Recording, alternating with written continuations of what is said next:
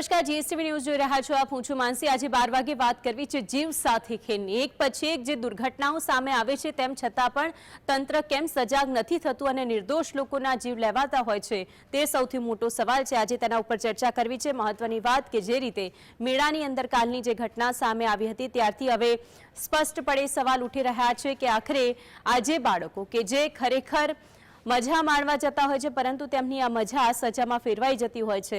આજે 4 બાળકો હતા, કાલ રોજ મેળાની અંદર પહોંચ્યા હતા અને આજે રાઈડ ચાલતી હતી તે રાઈડમાંથી એકાએક, કારણ કે જે દરવાજો હતો તે ખુલ્લો હતો, જે દ્રશ્યોમાં આપ જોઈ શકો છો, એક પછી એક 4 બાળકો નીચે પટકાતા નજરે પડે છે. કારણ કે જેવી રાઈડ ચાલુ થાય છે ત્યારે તેની સ્પીડ ધીમી હોય છે, ત્યાર પછી તે વધારે સ્પીડમાં આવે છે અને એક પછી એક બાળકો છે કે જે નીચે પડતા નજરે પડે છે. વડોદરાના મેળામાં એક મોટી દુર્ઘટના ટળી હોવાના સમાચાર સામે આવ્યા છે. ગત મોડી રાતનો આ બનાવ છે. માંજલપુરમાં શરૂ થયેલો રોયલ મેળો કે જેમાં મોટી દુર્ઘટના થતી અટકી ગઈ હતી. બાળકોની હેલિકોપ્ટર જે રાઈડ હતી તેની અંદર ચાલુમાં દરવાજો ખુલી ગયો અને તેના કારણે અફરાતફરીનો માહોલ સર્જાઈ ગયો.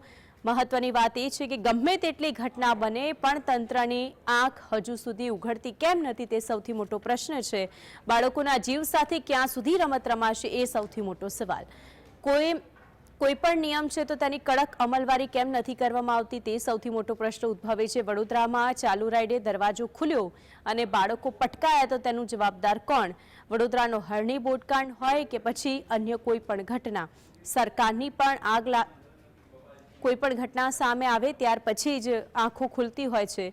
તંત્ર સ્થળ ચેકિંગ કરે અને પછી કડક કાર્યવાહીની વાતો કરે છે, પરંતુ શું ખરેખર તે પ્રમાણે કાર્યવાહી થાય છે કે કેમ તે સૌથી મોટો સવાલ છે. રાજકોટ ટીઆરપી ગેમ ઝોનની હચમચાવતી ગેમ ઝોનની ઘટના બાદ સરકારે અનેક ગેમ ઝોન બંધ કરાવી દીધા. રાજ્યના તમામ બાળમેળા ગેમ ઝોન બંધ કરાવી દીધા હતા.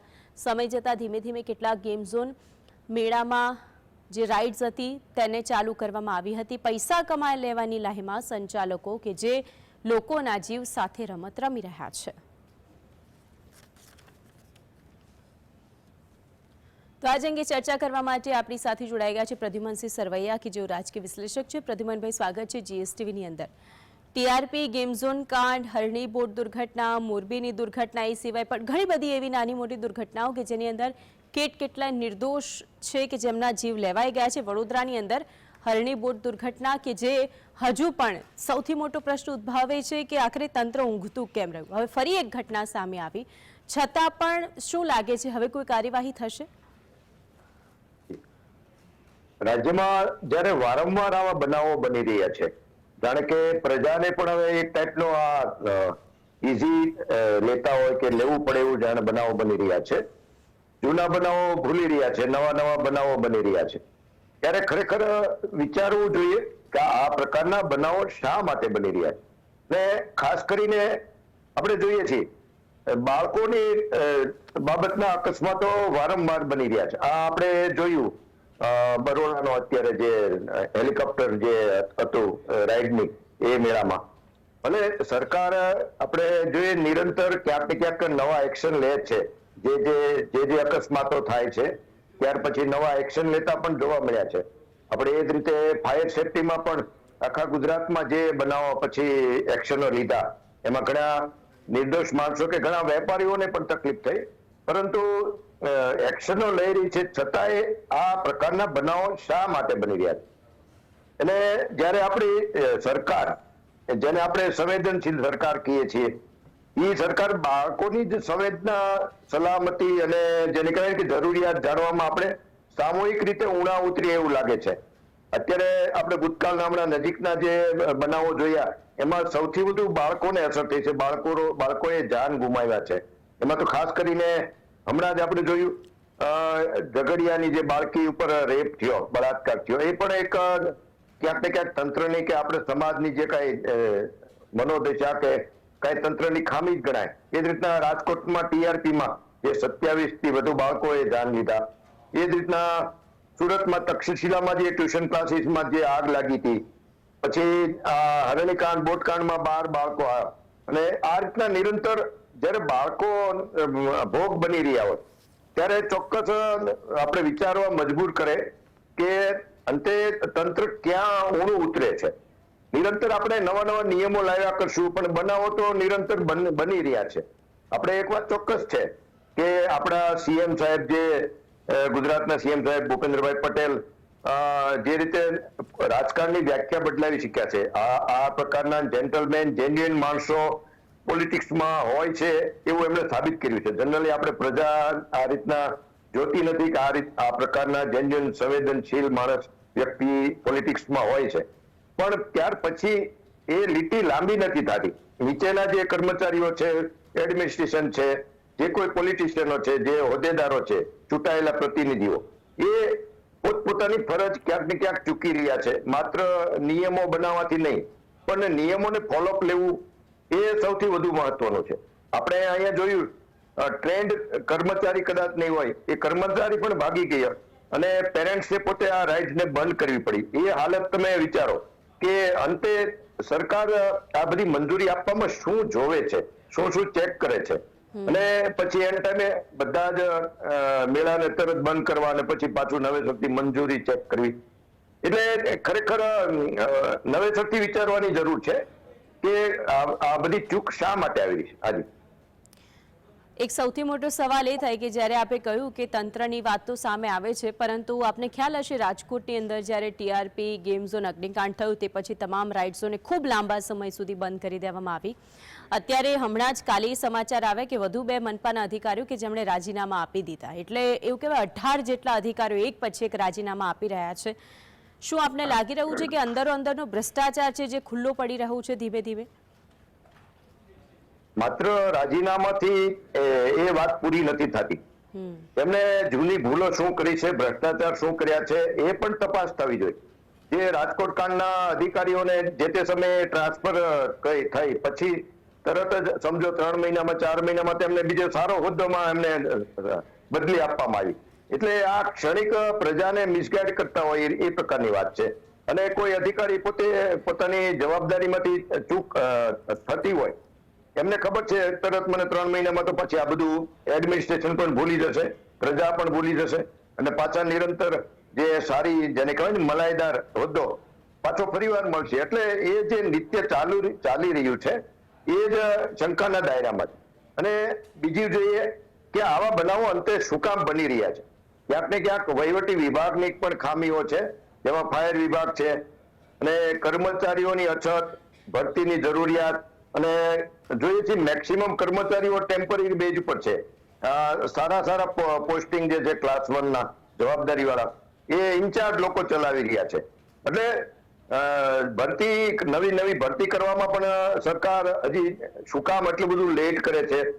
એક બાજુ વસ્તી વધારો થઈ રહ્યો છે, અવડો મોટો વહીવટ છે, એને પોતે ખાલી પગારના બચતમાં કે જે કોઈ કારણથી ટેમ્પરરી માણસો કોન્ટ્રાક્ટ પદ્ધતિમાં દઈ રહ્યા છે કે જેની કોઈ જવાબદારી જ નથી બનતી.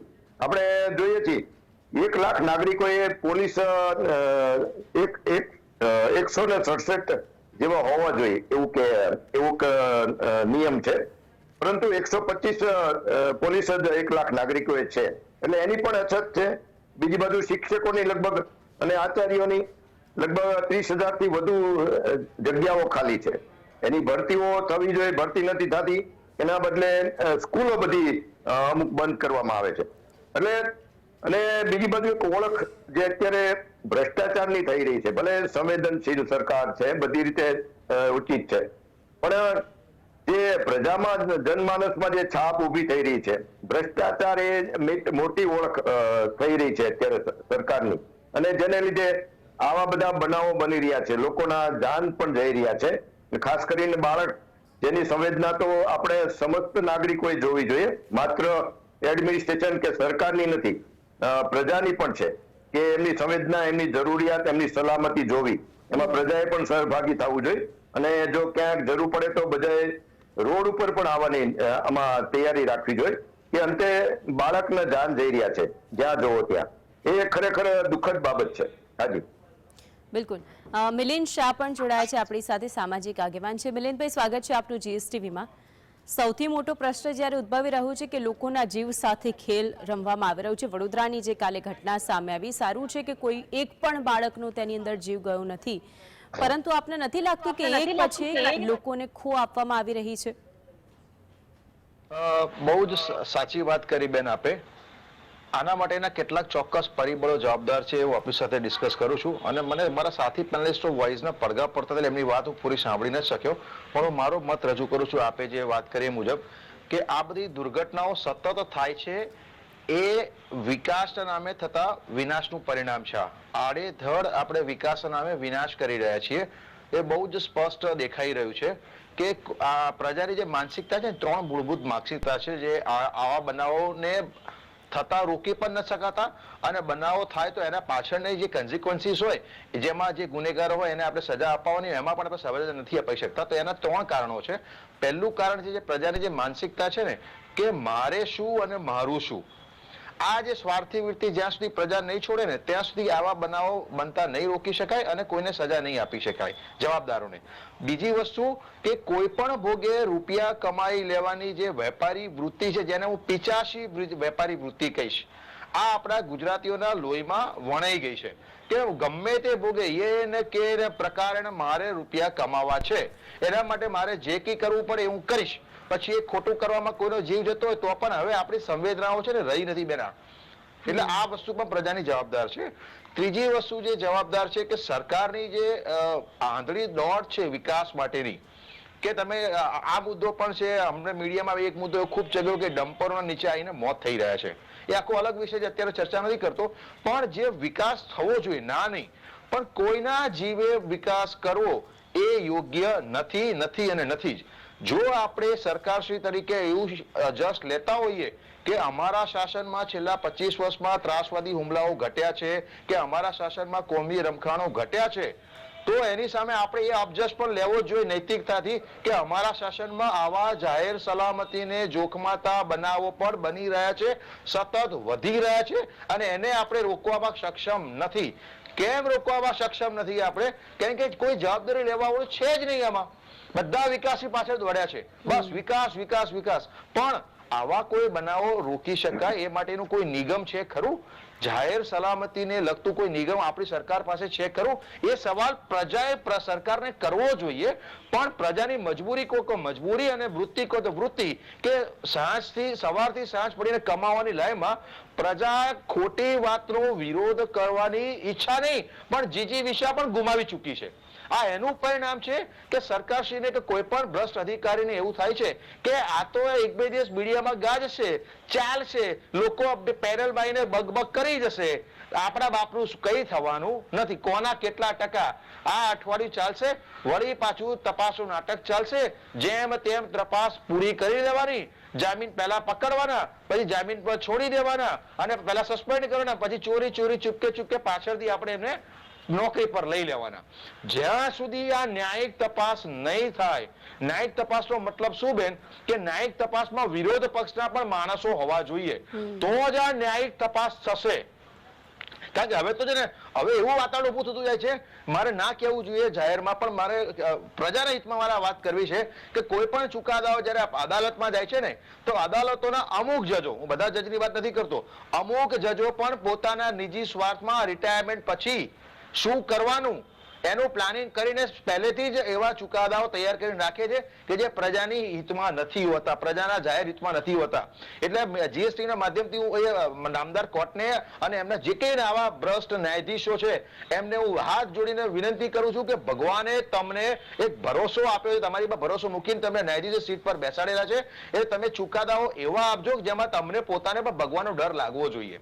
એટલે ચુકાદાઓ તો ટાઈમસર ચાલતા નથી. આજે ફાયર ઓફિસરોનો 9 ઓફિસરો ભ્રષ્ટ પકડાયા છે અને બનાવટી પકડાયા છે, એના ચુકાદા 4 મહિનાથી પેન્ડિંગ છે. કોણ બોલનાર છે? ન્યાયાધીશની ઉપર તો કોઈ છે નહીં. જો આવું થવાનું હોય તો પછી કોણ ખોટી વાતનો વિરોધ કરશે? શું કરવા જીએસટીવી કે બીજી મીડિયા ચેનલો આ બધી ડિબેટો ચલાવશે? શું કરવા મારા જેવા સામાજિક કાર્યકરો પોતાની કારકિર્દીની હોળી કરીને આ બધું વિરોધ કરશે? સરકારમાં હોવા છતાં હું સરકારની ખોટી વાતોનો વિરોધ કરી રહ્યો છું. મારે વિરોધ કરવો પડે. કેમ કે મારા માટે પ્રજાનું હિત સૌથી પહેલા સર્વોપરી છે. મારા માટે સરકારનું હિત સર્વોપરી છે. આવા બધા બનાવોને કારણે સરકારનું હિત જોખમાય છે. એ સરકારે સમજવું કરવું પડશે અને જાહેર સલામતીને લગતા એક નિગમની રચના તાત્કાલિક કરવી પડશે અને નિગમ સક્ષમ રીતે ચાલવું પડશે અને એમાં વિરોધ પક્ષના લોકોને લેવા પડશે. તો અને તો જ આ બધું સક્ષમ ચાલશે. નહીતર 2 દિવસ આ બધું ચાલશે, મીડિયા ટ્રાયલ ચાલશે, મીડિયામાં અમારા જેવા પેનલિસ્ટો આવીને બકબક કરીને જતા રહેશે, બધું ત્યાંનું ત્યાં. પણ આટલા બધા નોર્મ્સ બનાવવામાં આવે છે મિલનભાઈ, બધા જ પ્રમાણપત્રો તૈયાર થાય છે, જેના ઉપર હસ્તાક્ષર કરવામાં આવે છે, ત્યાર પછી મંજૂરી આપવામાં આવે છે, પાલિકા તંત્રની મંજૂરી લેવાય, ફાયર વિભાગ ત્યાં ઉપસ્થિત હોય, એમ્બ્યુલન્સ ઉપસ્થિત હોય, પોલીસનો સ્ટાફ ઉપસ્થિત હોય, આ બધું જ કર્યા છતાં પણ આવી જે ઘટનાઓ ઘટે છે એની પાછળનું સૌથી મોટું કારણ શું માનો છો આપ? કોની બેજવાબદારી? આ બધા વિભાગો તમે જે નામ લીધા એ બધા સરકારી વિભાગો છે, બરાબર છે. એમાં વિરોધ પક્ષના માણસોની પોઝિશન કેટલી? આમાં 0. આજે ભારતના સેન્ટ્રલના કાયદામાં એવો નિયમ છે, પાર્લામેન્ટરી બોર્ડ કમિટીમાં પણ તમારે વિરોધ પક્ષના લોકોને લેવા પડે. કેમ રાજ્યના આવી કે સમિતિમાં વિરોધ પક્ષને લેવામાં નથી આવતા? જો વિરોધ પક્ષના લોકોને લેવામાં આવશે તો પ્રજાનો અવાજ વધારે બુલંદ થશે. પ્રજાએ 2 લોકોને મત આપ્યા છે, સત્તા પક્ષને પણ મત આપ્યા છે અને વિરોધ પક્ષને મત આપ્યા છે. તમે વિરોધ પક્ષને અવગણી ના શકો. જ્યાં સુધી વિરોધ પક્ષ તમારી સમિતિઓમાં નહીં હોય ને ત્યાં સુધી આ ભ્રષ્ટાચાર ચાલુ જ રહેશે. સરકાર ઈચ્છે ને તો પણ આ ભ્રષ્ટાચાર બંધ નહીં કરાઈ શકે. અને આ બધું માત્ર ને માત્ર રૂપિયા કમાવાની લાયમાં થઈ રહ્યું છે. આ તમને પણ ખબર છે, મને પણ ખબર છે, પ્રજાને પણ ખબર છે. અને સત્તાધારીઓમાં બધા જ લોકો પોતપોતાના માણસો સેટિંગ કરીને આવા મેળાઓને મંજૂરી આપે છે. કાગળ પરની બધી મંજૂરી હોય છે. નહીતર જો ખરેખર કાર્યક્ષમતાથી કામ થતું હોત તો આવા બનાવો બનતા અટકી જવા જોઈએ. કેમ અટકતા નથી? બસ થોડા દિવસ ચાલશે અને વળી બધું જેસે થઈ. જ્યાં સુધી પ્રજાનો અવાજ વિરોધ પક્ષ રૂપે તમારી સમિતિઓમાં નહીં હોય ત્યાં સુધી તમે ગમે તેટલી સમિતિ બનાવેલી સરકારશ્રી આ સમિતિ યોગ્ય રીતે કામ નહીં કરી શકે. આ લખી રાખજો. પ્રદ્યુમનસિંહ, સૌથી મોટો પ્રશ્ન એ થાય છે કે આ જે ટેમ્પરરી રાઇટ્સ છે એનું ફિટનેસ સર્ટિફિકેટ કોણે આપ્યું, અને જો ફિટનેસ સર્ટિફિકેટ આપી દેવામાં આવ્યું ત્યાર છતાં પણ આ બધી રાઇડોને ચાલુ રાખવામાં આવી. જે રીતે માહિતી મળી હતી કે જે હેલિકોપ્ટર રાઇડ ચાલક હતો તે ત્યાંથી આ ઘટના બની એ પછી ત્યાંથી જતો જ રહ્યો. તેના પેરેન્ટ્સ હતા, તેમણે આ રાઇડ્સ બંધ કરવાની ફરજ પડી. આ કેટલી મોટી બેજવાબદારી કહેવાય. ત્યાંનું પોલીસ તંત્ર શું કરતું હતું? જે કહેવાય છે કે અમે તો બધું જ ફિટનેસ સર્ટિફિકેટ જોઈને બધું આપી દીધું છે રાઇડ્સ, એટલે હવે કોઈને પણ કોઈ પણ વ્યક્તિ અહીંયા આવશે અને ચિંતા નહીં રહે, બાળકો અહીંયા મજા માણી શકશે. પરંતુ આ મજા કેવી છે? ચોક્કસ એ રાઇડની જે પરમિશન આપનાર અધિકારી પણ એ રાઇડ્સ બાબત કે જે કઈ એના વિષયમાં આવતી હોય, એની ફરજમાં આવતી, એમાં ટેકનિકલ નોલેજ કેટલું ધરાવે છે એ જોવું જોઈએ.